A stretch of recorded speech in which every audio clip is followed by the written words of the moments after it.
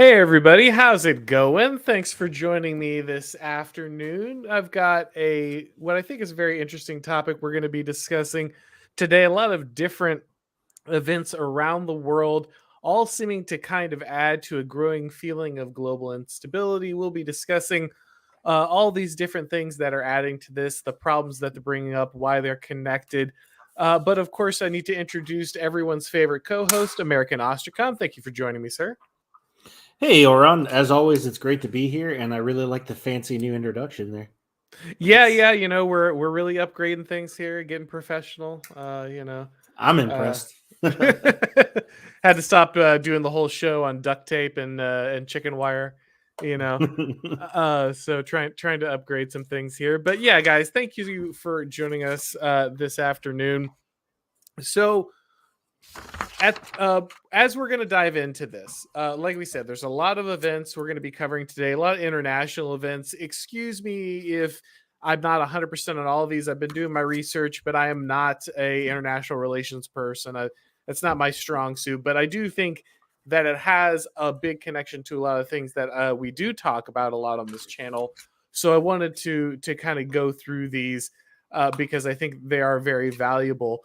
So the first thing I want to touch on is, of course, that a lot of this points to problems with what some in the media elite themselves are now calling the liberal world order. Right? We had that one guy on cable television kind of slip up and say that the events in the world that are going on right now, they endanger the liberal world order, and that was very nice of them because we've just been calling it like the GAE, the global American empire, but the liberal world order, sounds a little more menacing and also a little more accurate. So a lot of what we're going to be looking at today kind of lends itself to possibly destabilizing that order, causing issues and problems, a threat to kind of this idea of kind of this liberal hegemony around the world and the stability that it's supposed to be providing and the areas in which it might be breaking down, or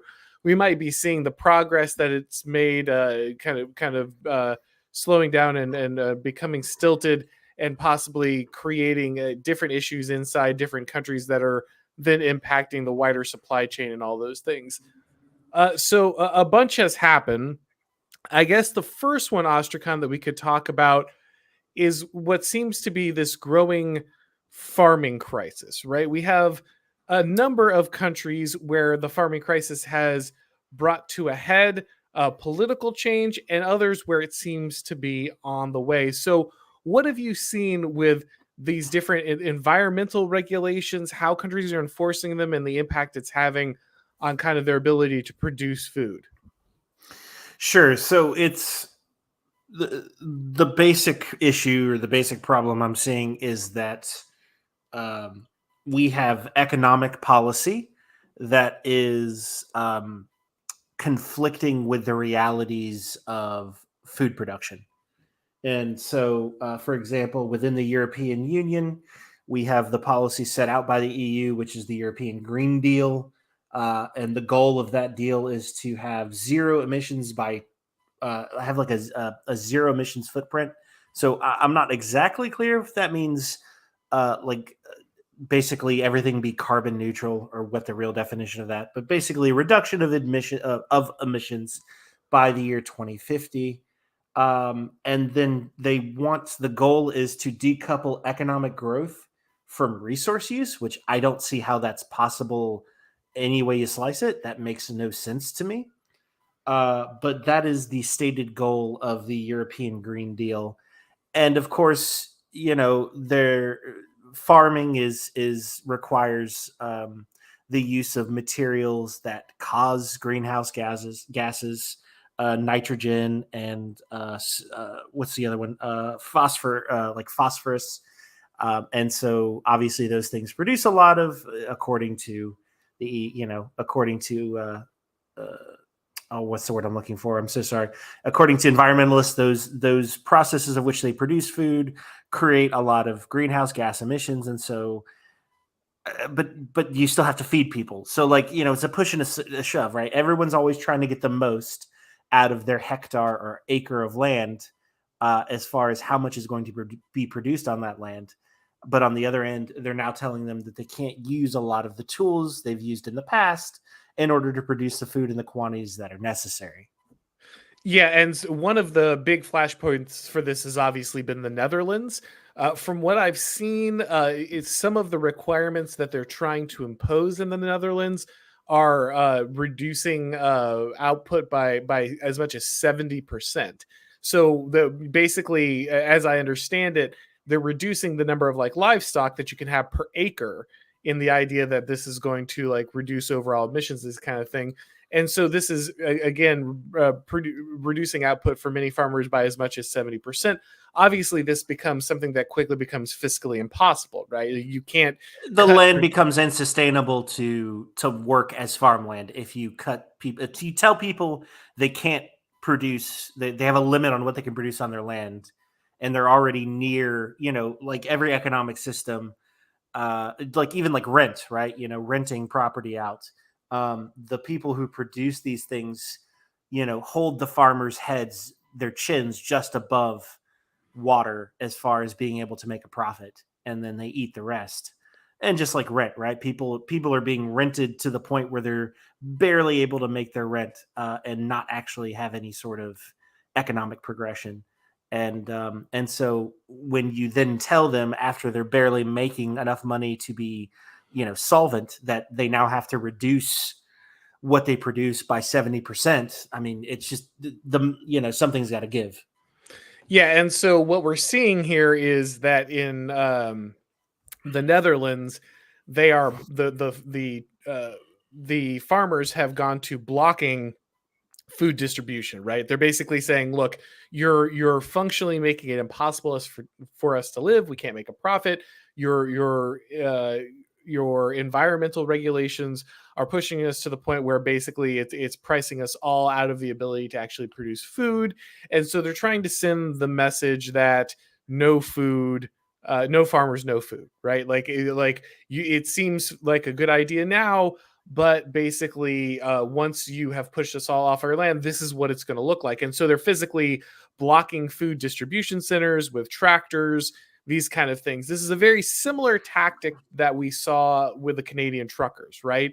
Where Yes, you which have was this much more about the logistics system, but it was the right. same concept. Well, in either way, it's kind of this like middle way working class thing where it's people with blue collar jobs, but kind of what our communist friends would call bourgeoisie status, right? They're people who own their own land or their own trucks or their own production, and so they have a level of autonomy away from the central government, but they're not rich, they're not office workers, they're not white collar.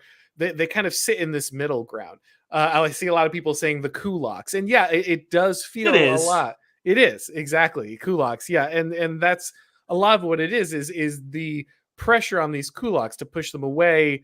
They're not dependent on the state. They have this level of independence. But they're not of the management class. They're not of the white collar class, and so they kind of need to be forced out of their position. And so They're like a fiefdom onto themselves, right? yeah, They own their exactly, land. right. They produce the food. They then sell the food to the state or to the people, and so they have a level of autonomy that most people don't have, and a level of autonomy that apparently, from what I can see, the government does not wish them to have. Yes, and in both the trucker case in Canada and kind of the farmers in the Netherlands, we see them using kind of their unique position as keys in this supply chain that has basically been taken for granted, right? Like in both cases, people thought that yeah, farms just grow our food, it's fine. Like truckers just deliver our stuff, it's fine. We'll No just make one policy, and everyone will fall in line. Of course. right, exactly. That we can just squeeze these people as hard as they want because they're not our voter base anyway, right? Like they're not the ones that are pushing these like highly progressive environmentalist policies. And it's really interesting because I've been reading Sam Francis's Leviathan and His Enemies. And I'm one of those many people who never took environmentalism seriously. It's like, okay, well, it doesn't. It's this thing that the left is always pushing, but it never seems to gain any traction, right? Like it doesn't seem to have the energy and vitality that even something like kind of the CRT Black Lives Matter stuff always seem to have. Like it's always operating in the background, but it never really has the cultural or the political push. But San Francis explains its utility specifically as something to kind of crush the remaining bourgeoisie remnants of society and like make everyone dependent on the managers. Like the utility of environmentalism is its ability to like wedge people away from being able to like be self-sustaining and independent of the government and the centralized state, But which like is it's at some point people got to eat, right? And some point people need not to die mhm. from lack of warmth, and they need to be they have to have shelter and food and water, right? These are basic necessities that everyone needs. And so when you start poking the logistics system that provides energy and food and water to people, like it's not something you want to mess with, and they're just not getting this concept. Like for them, steak comes from the restaurant. But that's the thing is I see someone saying kulaks feed the managers boys, and yeah, No, that's absolutely kulaks right. feed everybody. They feed everyone, right? But that's the thing is remember this didn't stop the communists, right? Like that understanding No, did they not just stop. murdered millions of people. Well, and starved them, right? Like that's the Right. thing They is engineered They engineered not plagues. I apologize. But yeah, they famines, did yeah. that too. They engineered famines. Absolutely. And so but the thing is we like to think that reality will stop this, right? Like at some point these people have to make contact with reality and like that will slow this down. But history, I think especially recent history teaches us that's not necessarily true, right? Like these people will manage their way into famine, right? They will do that and they will do that, and that doesn't necessarily mean that you're going to get some kind of like circulation of elites, because even through these famines in Russia and China, when these were manufactured, those regimes kept control, right? Like, and so it's a warning to us probably to understand that just because these people are kind of engineering disaster doesn't mean that necessarily like reality will reassert itself politically, though you hope that something stops that before you get to that point. We've had a relatively successful world economy for the past 35 years. So you have all of these up and comers in political office and political power, in their 30s and 40s, who've never known, any real economic problems and never known what it is to like you see a people starve. And I think they believe the economy can always take the hit when it comes to whatever economic policy or environmental policy that they set forth. But at some point, it's going to give, and it's getting very close to that point. Yeah, you You've do known nothing but plenty. yeah. No, So the yeah, line can't go up forever, but they are just kind of assuming that is like basically like you said, the economy can just kind of absorb any policy that they throw out there because eventually the line will just go up, like it'll figure itself out. But they've achieved a lot of that through things like printing a bunch of money, right? Just inflationary policy and trying to create these areas of growth, like you were talking about, decoupling growing wealth from economic growth decoupled right. from resource use. Like, what does that even mean? That is like stated policy by the EU.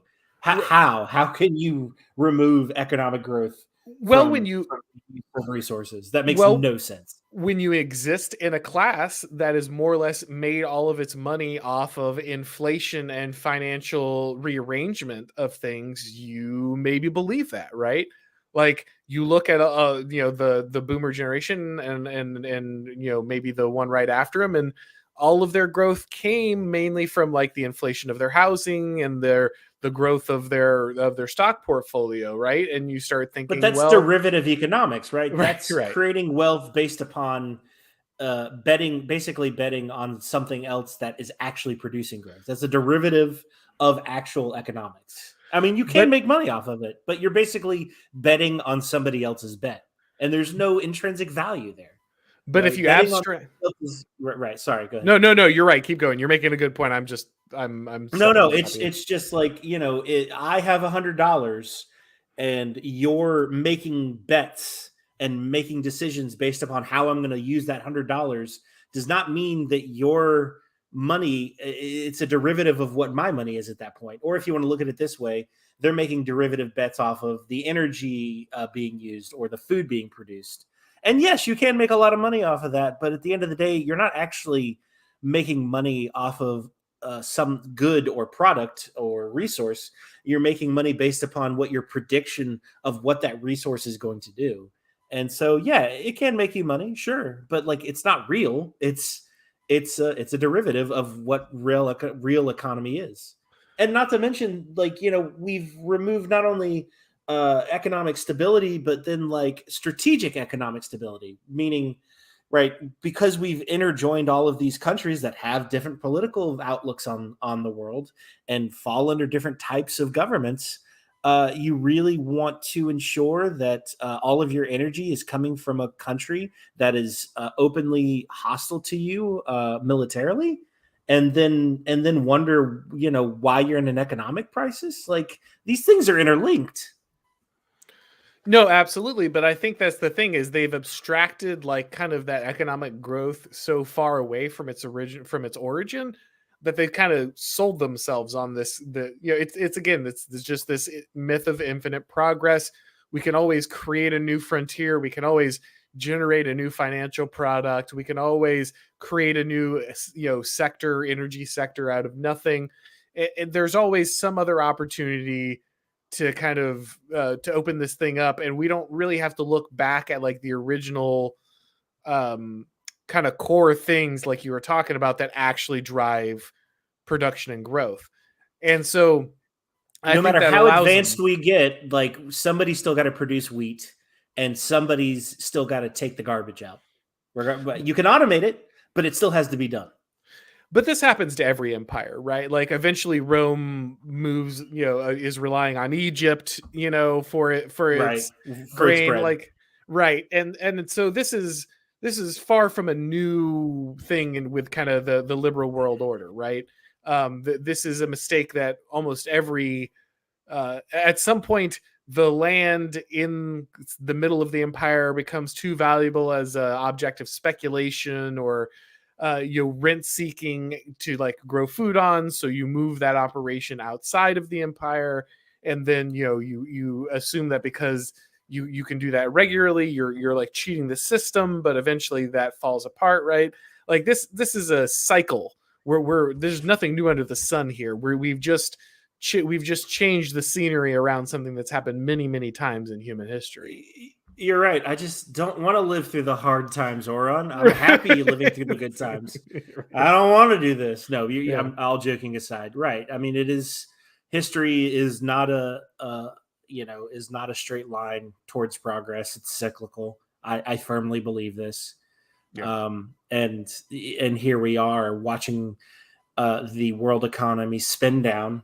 It's just a shame, because when things are bad economically, you end up in, with violent situations around the world. And that's really the sad part of this, is when the economy falters, people die. That's the real, or people get killed, or wars are started, or there's, riots in the streets, and people end up, being everyone is always 3 meals away from revolution. And it's true.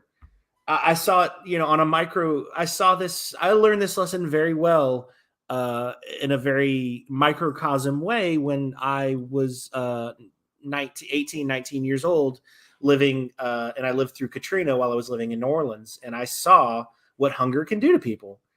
For 2 weeks after the storm, it was no man's land. The police were their own faction. The National Guard came in, were getting shot at by roving gangs. People were looting the city. Gangs from outside the city were going in and like looting banks. Everyone, mothers and fathers were coming to pick up their children from school with shotguns in their hands. Nobody questioned it.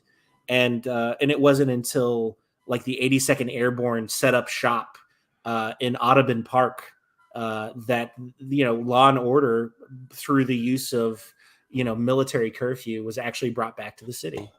And now we're talking about this on a global scale.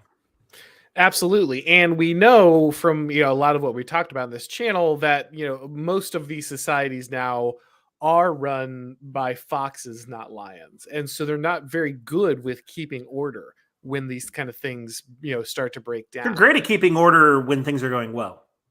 Right. And so we see a lot of mismanagement of this because they're very sloppy. They don't know how to do it. So obviously, Canada had the issue with the truckers, and they didn't know how to handle it. They kind of sent police out, but it didn't really work the way they wanted to. So they never really enforced it. And eventually, they kind of figured out this kind of clever fox way to do it by getting around and like shutting down these people's bank accounts, right?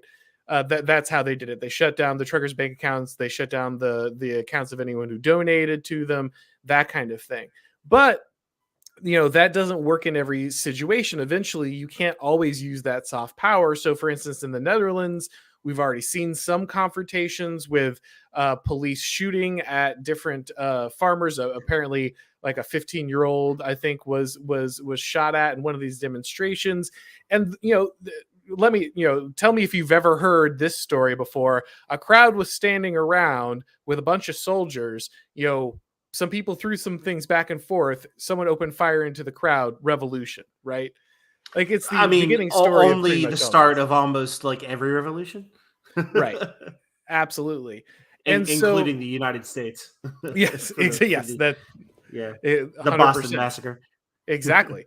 And so so these are all just hotbeds and that can go off at any moment when they're being treated like this. So we know obviously what's happening a little bit in the Netherlands and Canada. Let's also turn a bit to Sri Lanka, because Sri Lanka is also undergoing a problem. Now, apparently there's a number of different things involved here, and we'll touch on a few of them. But I just want to show people the footage from Sri Lanka because it's pretty wild here. So we have a bunch of people lined up in there. This is outside the presidential palace in Sri Lanka just a few days ago. And you can see like just this rush of everyone coming in. These protests have been going on for a long time. There's been a lot of turmoil there. The economy is collapsing in Sri Lanka. Food is very scarce. People are having a hard time eating. And not only did people pile in, there's a lot of wild footage of like the all these people entering in and like swimming in the pool, the president's pool. Like you see people hang off everything, and eventually they burned this mansion. So this has been an ongoing situation in Sri Lanka. Now, the interesting thing about Sri Lanka is it's a little hard as I was researching this, and maybe there are people who are living there or have a better grasp on this and can give us a little better understanding. But there's a little hard because there's conflicting things going on. So obviously, there's issues of farming there, and people are linking that to many environmental policies. But another thing that I've seen a lot is that there are financial issues, and a lot of people who are like in the mainstream media, they were criticizing the president of Sri Lanka for basically like turning down IMF money. Like he was refusing to kind of take help from the liberal order. And so some people are saying, well, this is a color revolution, right? This is payback for this guy not basically making his country dependent on kind of these centralized global organizations, and so these things are being fomented. It's a little difficult to kind of understand which one is true. I'm kind of hearing kind of both sides are explaining what's happening in Sri Lanka through their narrative, but it's very clear that there's like a tsunami of different things when it comes to the hunger there, the political instability. Apparently the president has a lot of family who are operating the country, and there's a lot of blowback from that, talk of corruption, and then the refusal to take outside help, the IMF and everything. Just a number of things, rapid inflation, lots of money being printed, economy falling kind of through the floor. This seems to be something that's a number of nations are getting closer and closer to, if they aren't already there. The thing that I don't quite understand, Auron, and maybe you can explain this to me, is when did we go from realpolitik to this bizarre progressive idealism? Right? I internally in country, all right, sure, fine, whatever. Yeah. The the progressivism is awesome and everything. But in the past, I've never seen so much realpolitik be ignored for the sake of this progressivism. So I don't understand that. If you've got an opinion or an explanation, you're the person I feel like could answer that question. Well, I think the answer is that a lot of people are getting paid off this stuff. So it's realpolitik in the sense that, these organizations are centralizing funding and power and distributing it to a lot of these people. What we're looking at is kind of the consequences of this global managerial class. They don't care so much about the individual countries in which they technically operate. They care about increasing their power and centralizing their power, and their power now sits outside of the countries where they technically like rule. And so I think that these actions do make logical sense if you understand them as the actions of the kind of not supernatural, they're not ghosts, No, supranational. supranational, thank you, supranational actors, right? People who are technically working inside the governments of their Their constituent respective countries, countries, right? but are actually they're incentivized to seek goods for those outside of it. A class of people who are invested in what is not necessarily good for their nation individually, but what is in theory supposed to be good for the world as a whole, which also happens to line up with like all of the places they've invested their money and their time and their skills. And so I think that's what you're seeing. Now, there's also idealism. I think this is also Sure. linked to to their ideology and what they think is the good. But I think there's also a material incentive in that all those things that are lined up to be like morally good for them also line the pockets of them and the people who like increase their power. And so I think that like you said, I think it's just the hubris of thinking that basically like the liberal or world order is kind of invulnerable. It can't really, it's too powerful to be removed, to be unseated, and so they can kind of push things as far as they want, which is why you see them doing things like starting a proxy war with a country that like handles a large percentage of the production of fertilizer for the world, because they Which, yeah, they thought that they had the power to just leverage any country at any time, but they didn't take into account the fact that because they've made themselves by their own design dependent on basically all this international trade and commerce, they have opened themselves up to, when they applying that leverage, actually creating a fault line and a break. I just, economic policy and idealism doesn't stand up to a hungry stomach of a peasant. It just, at the end of the day, I see nothing but bad things happening as a result of all this. Yeah, it's a really dangerous thing to mess with, right? Like you can play a lot of games, and we've seen this, of You don't course. mess with people's food and energy. Exactly, right. Like you push things very far. Especially we look at the United States and we look at all the culture war stuff, right? You can tell people that they're evil because of like, that they have white privilege, and you can destroy the opportunities of like their children. You can even tell them to like transition their kids, and they'll deal with all of this apparently, as long as they think like enough stability is coming down the pipeline and enough, kind of money and that kind of stuff is coming down the pipeline.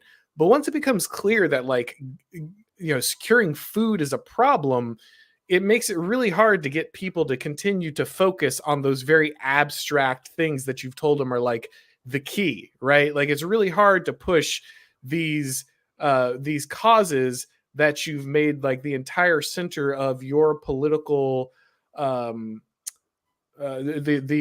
validity of your political movement, if people can't secure food and housing and those kind of things. And so Right. they're kind of pushing the limits of the material even while they double down on the extreme of kind of their social and kind of abstract political values. I mean, you wanted to squeeze every cent out of renters, right? And they're spending half or more of their paycheck on their housing, and Hmm. then they're saving nothing. The other half is going to food and fuel, and then you start jacking up the prices of food and fuel, and it's going to give. Well, and that's the thing is they're just greedy and they want it all, right? Like I had some people on Twitter being like, "Well, when do they like ban private property?" And the answer is, well, they're not going They didn't to. need Why? to. Why would they, right? They just make private property prohibitively expensive, right? You can't afford a house. Even if you could afford a house, you couldn't afford to maintain it, pay the property taxes, buy the materials to repair it, or pay someone to repair it. You can't keep up with your grocery bill. Everything, you're leasing your car, or everything is financed. You don't own your phone. You don't own your content, right? Like your everything is streaming. Like you don't actually own everything. Everything is a service. Everything is installments. Everything is debt slavery for 30, 40, 50 years. You don't need to outlaw or seize private property. You're just It's just going to be slowly out of reach of the marginalizing it. common man. Exactly, and that's what they're doing with these farmers, right? Is they're just Right. they can't run out and seize the farms Kulak style, but what they can do is make it so that owning a private farm is so Farming is prohibitively untenable. expensive. Exactly. And so it's another way to just secure this power slowly. You just nudge people kind of out of the position you want them out of without ever actually having to, in theory, use the hard power that, a Which Soviet Union would use. which okay, fine, but the food still has to be produced at the end of the day. Right. Like that's the catch. And that's This the hard isn't barrier. a Yeah. this isn't a luxury product, right? People have to eat. But again, that's the question, right? You want to assume that when you hit that hard barrier, then like things change. Someone has to take stock of what they're doing and slow down the process, or reevaluate, or the fear the backlash of the people or something. But again, you can look at multiple massive famines that were produced by regimes that maintained power, just in the last 60, 70 years. So this is not some, this is very near past stuff, like in living memory for a number of people, that this has happened, and that did not necessarily unseat these powers. So I'm with you, like reality is going to Right. reassert itself, but the question is, will these regimes pay the cost, right? Because we want to believe yes they will, but I'm not sure that's necessarily the case. Sure. No, I understand what you're saying. Um, well, we've kind of beat food in the ground. Shall we move over to energy now? Yeah, well, yeah, I guess we can talk about obviously how this transitions to the United States. We also wanted to get to political leaders, but we've got a bunch of stuff, so we'll Yes. we'll we'll we'll be moving around here a little bit. But we can go to the United States, obviously, with energy. Actually, let's do political leaders real quick because I think that's going to Sure. dovetail well with where Biden's at, and kind of when we land this plane. So we obviously know that Boris Johnson recently had to step down, uh, lost the confidence of his government, large number of ministers. You're someone who's a little more familiar with the UK. Do you want to explain a little bit of what happened with Boris Johnson? What's going on there? I mean, he lost the confidence of his party, and so a lot of his people within the Conservative Party stepped down from office. But he's claiming while he's no longer head of his political party, he's still in power for now until they come up with like a transition team. To Hmm. which most people in his party are against that. He could step down and have like the whatever their version of the vice president, I guess a vice prime minister or whatnot. But he was their version of like the second in command was just recently appointed a few days ago by Boris Johnson, so it doesn't really matter at that point. And so it's now a question of yes, he's leaving power, but it's like to what speed he is going to be stepping down as prime minister. And so we're seeing a lot of instability. Obviously, we saw what happened in Sri Lanka. We understand that crisis going on there. You see a British Prime Minister kind of under fire and having to step down. we also saw, and these aren't necessary, not all of this is directly connected, but it just adds to this kind of feeling of growing instability. We also saw the assassination of a long-serving former prime minister of Japan. He was actually shot by a homemade gun. Did you see the gun that was made there? Yeah, I did. It was, I mean, it was like a homemade pistol slash shotgun of some kind. It was quite large. Yeah, it It had looked it. it looked almost cartoonish, really, but like, yeah, it was basically like a homemade shotgun Yeah, with two it's like barrels. two, yeah, like two pipes, right? And it's like Yeah, duct taped it's to a a pipe. It's a handle. pipe gun. Yeah, it is. Yeah, it looks like something out of Fallout, right? Yeah, it does. And so the Japan, obviously, it's very shocking because they have very low gun fatalities. I think it was, sub 10 fatalities just in the last year or two. Yeah, it's Um a very safe country. yeah, extremely so, and they have very strict gun laws. Very weird because like then Joe Biden turned it into a gun control issue in a country that has like the strictest gun Some of the laws in the strictest world. gun control in the world, which Right. kind of fell on its face at that point. Yeah, but not to make everything about the U.S. actions. A couple interesting things about Shinzo Abe that I learned. I'm not going to pretend that I was some expert on Japanese politics before this, but I did a little bit of looking into it. Apparently, he's very relatively popular, which is very weird because all the news coming out of the country, or at least in the Western media, was how like divisive this guy was, and that kind of thing. Which I guess if he gets assassinated, that's the first thing you think of. But apparently, he won with like overwhelming majorities a number of times. The assassination looks like it was committed by like a guy in his early 40s who used to be a member of the Japanese military. Apparently, he had originally planned to take out a member of some kind of religious organization that Abe is like supposed to be connected to. I guess his mother might have like donated all of her money or something to it, and so it might simply be a case of instability, right? Like a mentally unstable person trying to take out what he sees as vengeance on someone. And because Japan is actually such a safe country, that's what made Abe such a target of availability, because he's right there, and has very few bodyguards. I think like only one of them was even armed. And Yeah, so, it's just it wasn't expected, right? He's no longer in political office. I mean, obviously, people who have been former prime ministers and presidents and whatnot still carry security details with them, but it's just it's not something that was to be expected. yeah, so it's very sudden, very shocking for a lot of people. Someone who apparently, uh, yes, he see someone saying here. Let me grab it. Yeah, again, I don't know much about this guy, but apparently he like told people like basically like stop pleasuring yourself to anime and go like have children. Go Japan get a needs girlfriend. children, right? Like You so need a so girlfriend.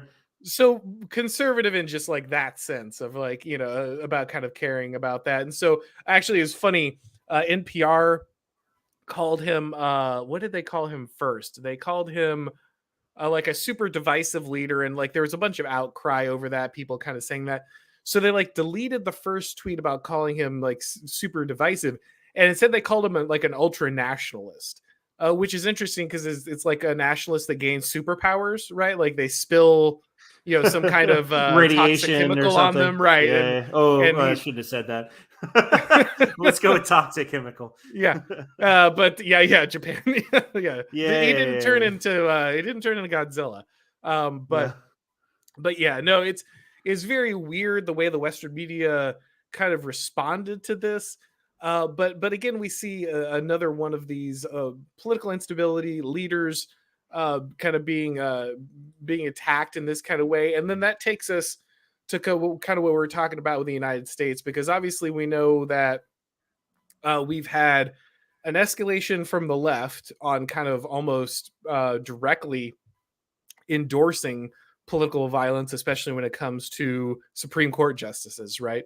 We've seen that escalation, and literally an attempt on Brett Kavanaugh's life, and and kind of the media and many Democratic politicians kind of being approving of these mobs and people who are expressing the interest in political violence. We also see the instability of the energy crisis. I don't know about you. Well, I've seen gas fall a lot recently in the United States, but obviously it's still extremely high, and it was pushing very absurd barriers.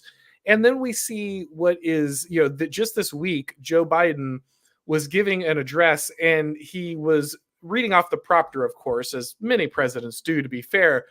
But he was so unaware of what he was doing, he literally read the stage directions off the prompter. So like he read, it said like, say this and then repeat the line and then, motion to this. And he like read all of those stage instructions out loud as part of his speech. And it's just this, it's just very Ron Burgundy weird. levels of reading stage. It's like, I told you he'll read anything that you put up there. Anything you put in the prompter, he'll read. Yeah. And he will read. Right? And so you get this very weird scenario where, we're talking about the sacredness of democracy and the process, and anyone who disagrees with the administration or questions an election or something is this this insurrectionist or whatever, and all the things the media throws around. But then they're obviously like very quickly willing to kind of implicitly endorse left-wing political violence when the Supreme Court makes a decision they don't like. And they're also willing to hold up this president who very clearly is not the president, right? Like, I don't think anyone, even most people on the left, really believe Joe Biden is like running the country. And of course, we always know that presidents are just are the head of a team, right? Like we always know, like Bush and Obama and Trump, like none of them were creating all of their own policy and writing all of their own. I mean, the West Wing taught us that. Yeah, well, it sure did. It was a good show. It's good if not realistic. Aaron Sorkin can write. But anyway, there's many things there. All right. The point being that that it's very odd that in these times of extreme crisis, this is when you would want kind of these strong leaders, right? These very competent leaders. And the left, while it's pushing kind of the most unrealistic policy possible and pushing the constraints of reality to its limits, is also puppeteering like this guy who obviously like doesn't even know what he's supposed to say when he's on stage, or what he's doing most of the time. Right. And so he's confused. And the fact that the president of the United States is obviously not like the commander in chief and doesn't actually run the country in any sense of the word, and just kind of everyone's okay with it, is very weird, right? It's very odd that there isn't some kind of backlash. Like obviously they're going to offer Joe Biden up as the reason all this failed. They're very clearly, we see mainstream media outlets writing these kind of knives out articles about Joe Biden and his age, and he's pushing the ability to run these things. So it's very clear like he's going to be put under the bus for this. But it just seems like there's no one on the left that could like take that mantle and take his place, right? Like there's no one that could step in and return the liberal world order kind of back to its kind of cornerstone status in the world. And that's got to be really disconcerting if you're someone who is like built your entire like social and economic worth on kind of like these make work, bioleninism, inverted hierarchy jobs and positions. That's got to be a really terrifying thing to kind of stare in the face. Yeah, it's the reality is diverging from the ideal of what they want far too much. And they're running out of options at this point on what to do to be successful from a soft power standpoint, right? And at some point they're going to have to use hard power, and that's going to be a very interesting transition time. Yeah, we're already seeing kind of the weird ways that takes shape, and it's, I think you're right. It gets ugly and strange because they don't know how to do that, and their applications are always either half-handed or incredibly cruel, right? And half-handed is worse. in a way, Yes, that's right? it But the is, middle right. path is no path at all. It's just Right. terrible and nothing gets done. It's the application of that something bad for no purpose because it doesn't actually achieve what you wanted it to anyway. Right. Right. And I mean, yeah, that's the essence of that's the antithesis of realpolitik. You yeah. have to make bad decisions that will have real change. And there's no good solution, but at least you're making a real solution. But when you're making bad solutions that are also not real solutions, you're having the worst of both worlds. Yeah, you're just drawing out the pain for no For no perceivable success. bonus. Right. Right. Like you're Yeah, not even doing things that are going to be useful, but they're still miserable. absolutely. Well, I think we're getting to the end of our topic, guys. We'll talk for a few more minutes on this, but if you have any questions, I already see a couple super chats lining up. So if you have any questions, we'll go ahead and start answering those in just a moment. But we got through most of the farming. We talked about the problems with leadership and stability. We talked about the crisis of energy and how that comes to a head. Is there anything else that we didn't get to when it comes to that we didn't touch on? We kind of I breezed through a mean, lot of we that. could, yeah, I mean, we could go back and talk about the German energy crisis, which is the European energy crisis, but Hmm. we touched on that. Like, surprise, surprise, you buy your fertilizer and natural gas from a hostile country, Russia, and then are surprised when they turn off the pipes. Like, and then you Yeah, have an economic crisis on your hands that you engineered through, I would hope, stability. I would like, I pray through stupidity, right? That's what yeah. I hope, but or it was intentional. Either way, it's either you're grossly negligent in protecting your country's strategic energy resources or you're willfully doing it on purpose. Either way, Well, it's bad. well, I think it was intentional, right? Like I think these crises are manufactured. I don't think maybe they understood how severe they would get and what would be necessary, right? But I think a lot of it is manufactured because obviously, these environmental applications and these restrictions and building this system that's dependent on all these different countries. They haven't been really very vague on the goal of that, right? Like Joe Biden specifically said earlier, I think it was this week, it might have been last week, but he said specifically, "Look, we're going through a transition, and that transition, when we get to the other side, is going to be valuable and great, and we won't be dependent on all these things. But we're going through these hard times now to get there, right?" And that sounds like people who had a plan, right? That sounds like people who were specifically saying, "We want to make this kind of economy. We want to generate this type of energy. We're going to make everyone dependent on, renting everything and green energy and eating the bugs and living in the pod and all that stuff.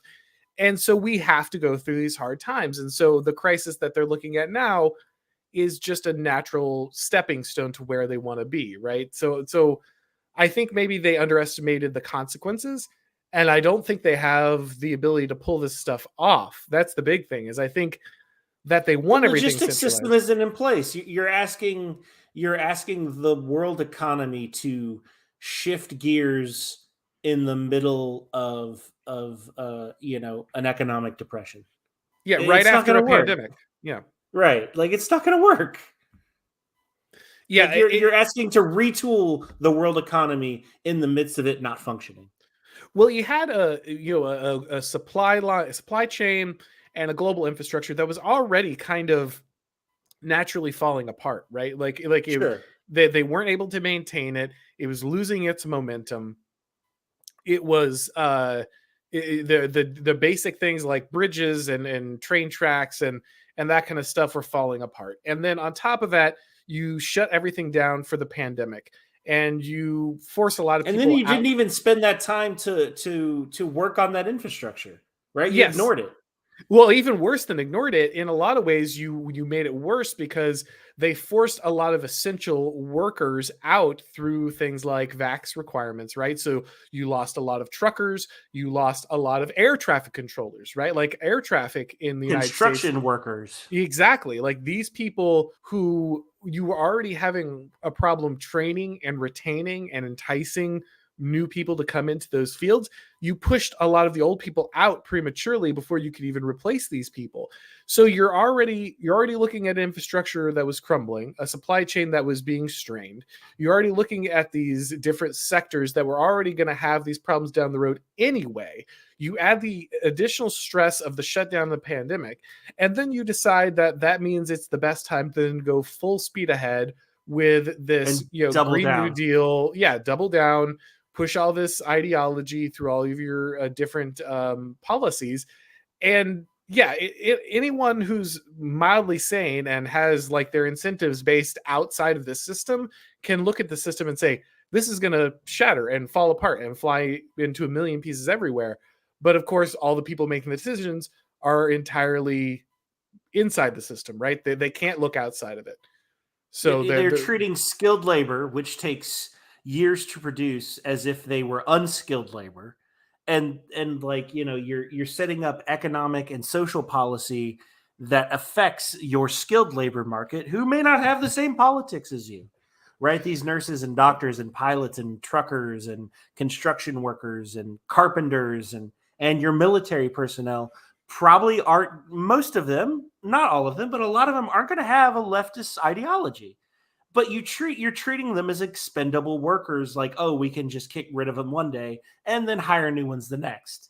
No, skilled labor does not work this way, regardless of how you feel about their personal politics. Well, and that's a really good point, I think, because skilled labor is also something you can't just import a bunch of all the time or like Right. train on a dime, right?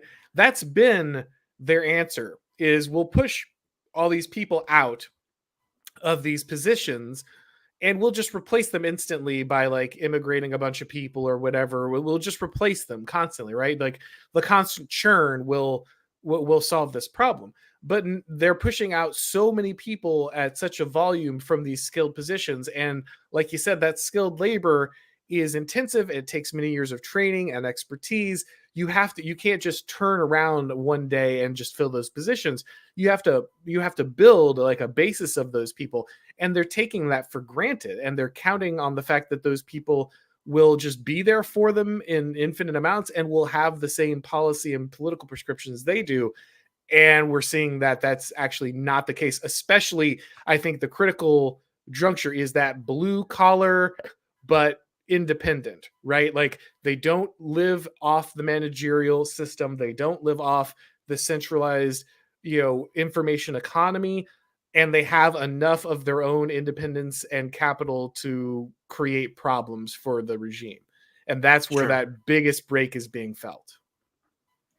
No, I agree with you. I just see, I don't know what the solution will be other than what I've already said, which Yep. is just continuous economic breakdown. Yep. I see nobody trying to fix the problem with any real power. Yeah, that's the real concern. That is the real concern. Is no one with the real power seems to be worried about this, or at least making any action. The only thing they seem to be doing is accelerating things in a way that gets them theirs while they can, right? Like we Right. may not be in power forever, so the best thing we can do is basically burn everything down now. Loot. It feels like we're very squarely in the loot the treasury phase, of kind of the Sure. empire here.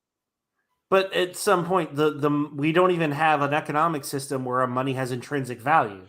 So you Right. can loot the treasury all you want to. It's the the physical objects have value, but our money does not. It's fiat currency. So Yeah, but yay, well, okay, that's the reason that they're trying to turn. That's why they're buying up all the houses, right? right. Because that does have value. That has real value, regardless of the Exactly. economic situation. Right. Yeah. Yeah. Secure a bunch of farmland. Secure a bunch of houses, because even when the currency collapses, those things do have hard value, right? Of So course I they do. I think that is part of it. All right, guys, we're going to turn to your questions here. Let's take a look. We've got JS. Thank you very much for your donation. Start measuring economic growth in Excels per minute. Yeah, absolutely. Right. Like how many sheets can you process? How many spreadsheets can you get through? That's going to be your new. That's how you quantify value in the workforce, right? Let's see. Mr. Montefontaine, thank you for your donation. Great chat. Any white pills? How long until we're seeing empty food shelves? Cheers, chaps. Well, I'm hoping I for a mean, aren't long we time. already? Yeah, right. Like, well, so right now we're not seeing truly empty ones, right? We're seeing We're seeing shortages in certain logistical areas, breakdowns. right? Right. Yeah, yeah. So It's you not can't, that it's not that the food's not there. It's not getting where it needs to go in the correct time. right? And it's also, I don't know about you, but I can still go to the grocery store and buy a meal's worth of food. Maybe the thing I want isn't there in the way I'm used to, but it's not a complete like collapse to the point where like people aren't eating yet, right? Now there are places where that No, but they're half or three quarters empty.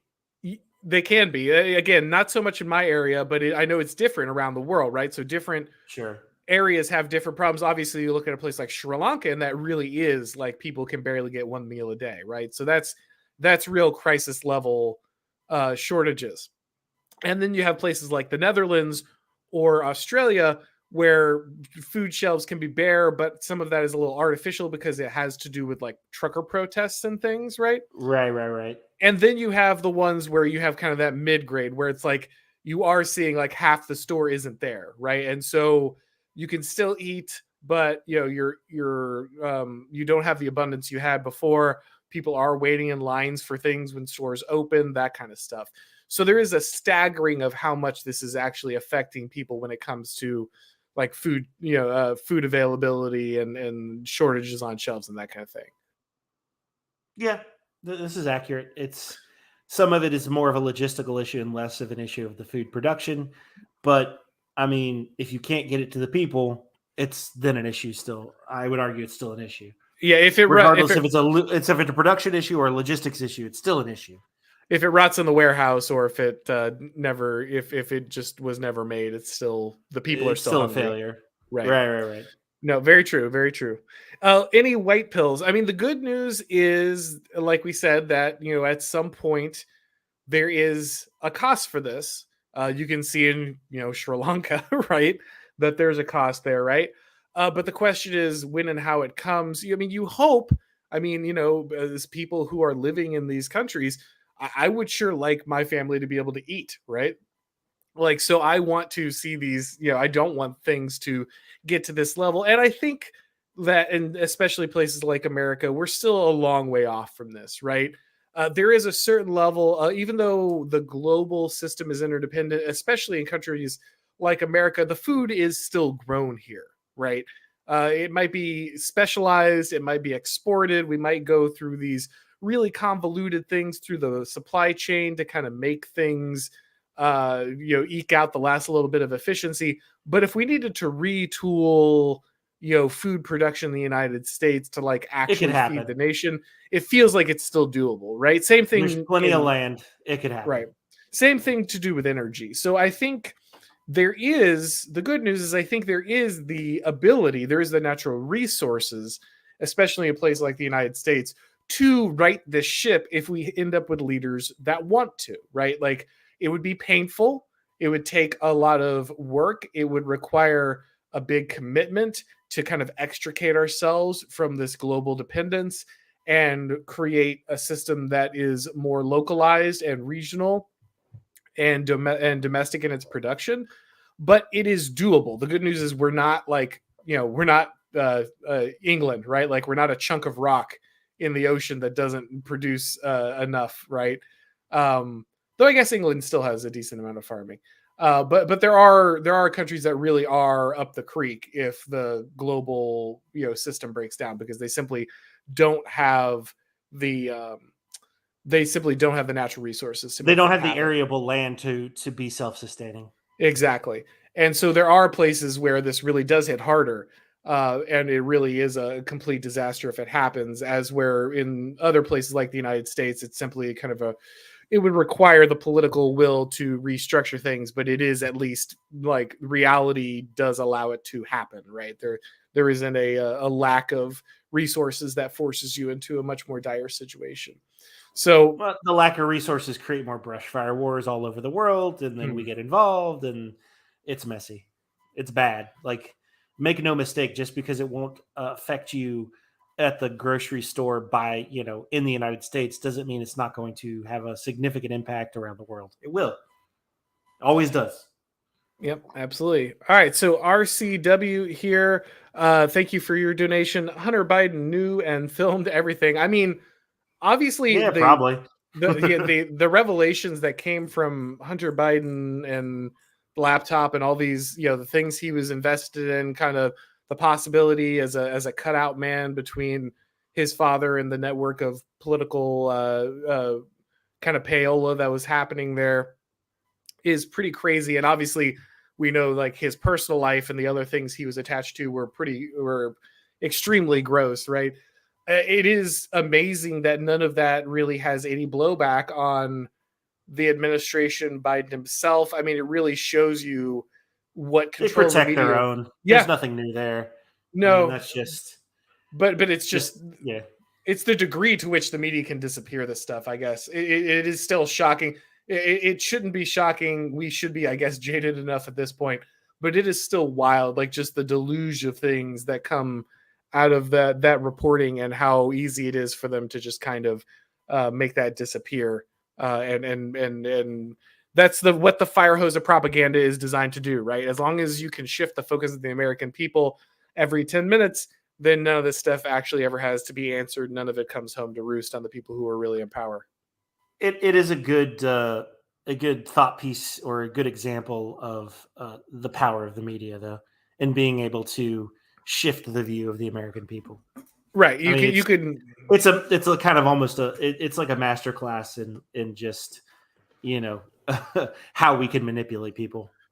yeah, it's I guess we at some point we talk about this so much that we kind of get used to it or we kind of blow past it or we take it as a given. But it is important to go back and stop and kind of Reflect on these remember. things. Yeah, because this stuff is happening constantly and it is a central part of how they are able to achieve what they do. Even if it's increasingly obvious to people that we talk to, it is still something that is very wild to a lot of people. Like I talk to people all the time in my kind of my day-to-day real life that are just blown away by this. They have no concept or connection to kind of the things we talk about. And so when they see this, they just have no tools, no points of reference to really understand what's going on. So important to remember that, even if you're plugged in on YouTube or Twitter or your own reading, your own research, that kind of thing, don't assume that the people around you understand and know that, because they'll look at what the dynamics that are going on and they just have no way to get that. So we might think it's all hat because we've talked about it a million times, but don't assume that that's true of the people around you or the wider world, because they're in many ways still reeling from a lot of what's going on here. No, I would agree with that assessment. It's old news to us. However, that being said, it's still news. Absolutely. All right, guys. Well, I'm going to thank a few people who have donated on Subscribe Star here. I want to thank Easter Worshipper. I want to thank F1F00C09. I want to thank AWXYZ. I want to thank Santa9901. All you guys. Oh, and E042530. I want to thank everybody who donated through Subscribestar there. Also, I'm probably going to have the next chapter of the Total State coming out next week sometime. So if you want to be able to read full chapters of the Total State as they come out, make sure that you're checking out my Substack below. I also put out free articles, all of the podcasts and kind of streams and interviews and edited videos I do, I turn into audio form there. So if you want to listen to them as just audio podcasts, maybe you're driving in the car or mowing the lawn or working on a project and you're like, man, I wish this was in audio. Subscribers over at the Substack get that as well, so you can check that out. I've got a couple of appearances coming up soon that I'll let you guys know when that's coming up, so make sure you're paying attention to like the Twitter and the community channel over on the YouTube.